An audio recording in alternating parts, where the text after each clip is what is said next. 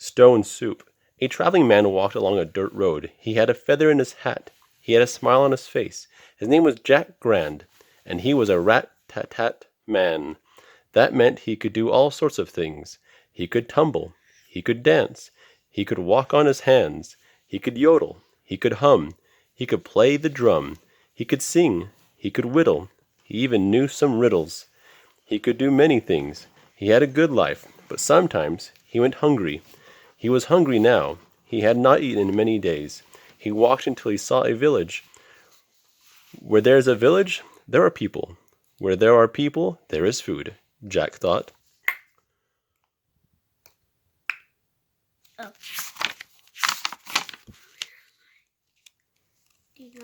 Oh. I'm like, what's going on here? Jack ran to the first house.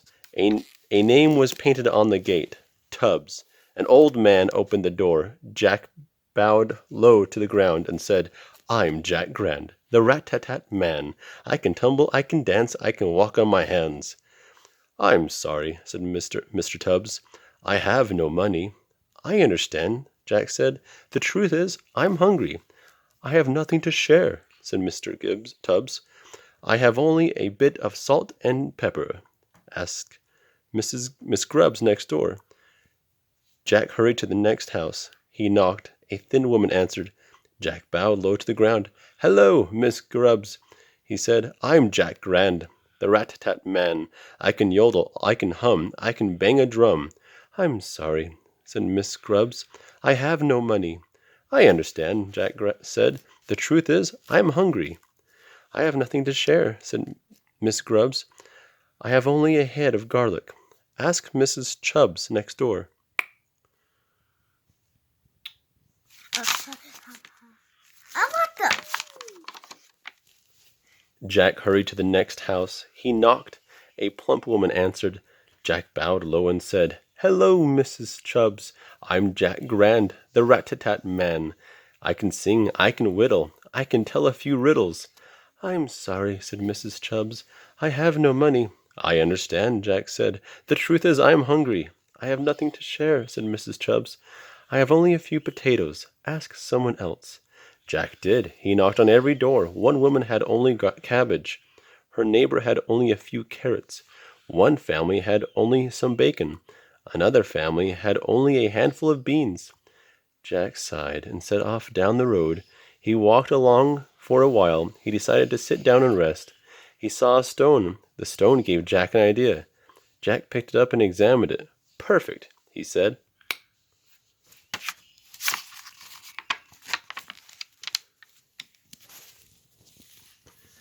Jack was so happy he ran back to town. He knocked on the first door in the village. Mr. Tubbs answered. "I know you have no food to share," Jack said. "Do you have a big pot I could borrow?" "A big pot?" asked Mr. Tubbs. "What have you got?" "It's a soup stone," Jack said. "A soup stone?" asked Mr. Tubbs. "It makes great soup," Jack said. "I just add water." Mr. Tubbs went inside. He came back with a big pot. Jack carried the big pot to the village square. He filled it with water. He built a fire underneath it and dropped the stone in. The pot bubbled and brewed. Jack waited and waited. Then he dipped his spoon into the water. He tasted it. "Perfect," he said. "It's good?"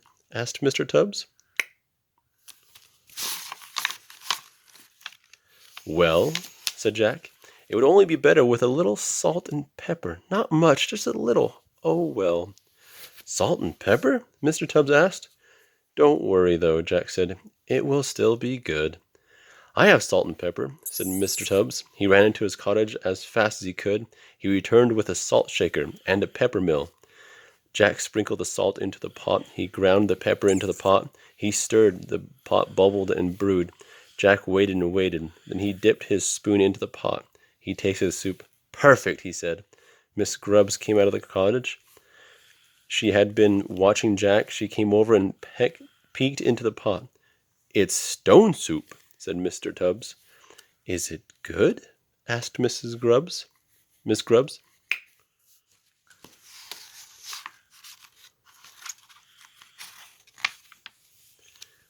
Well, said Jack, it would only be better with a little garlic. Not much, just a little. Oh, well. I have garlic, said Miss Grubbs. She ran to her cottage as fast as she could. She returned with a beautiful head of garlic. Jack chopped the head of garlic. He sprinkled the chopped garlic into the pot and stirred. The pot bubbled and brewed. Jack waited and waited. Then he dipped his spoon into the pot. He tasted the stone soup. Perfect, he said. Mrs. Chubbs came out of her cottage. She had been watching Jack too. She came over and peeked into the pot, curious as to what it was. It's stone soup, said Miss Grubbs. Is it good? Asked Mrs. Chubbs.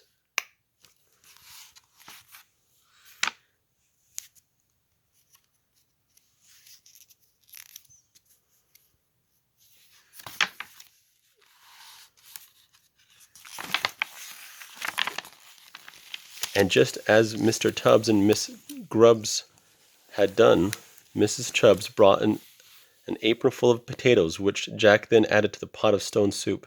By this time the entire village had gathered around Jack. They had been watching from their windows. They wanted to know what was in the pot. They were curious. A woman ran to get cabbage. A man ran to get carrots. Other villagers ran to get beans and bacon. Jack threw it all into the pot and stirred.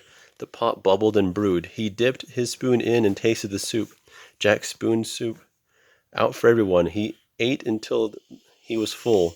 The villagers ate until they were full. Everyone ate until the pot was empty. Empty, that is, except for the smooth, white stone. Use it for your next pot of stone soup, Jack said to the villagers as he headed to another village of new friends. The end.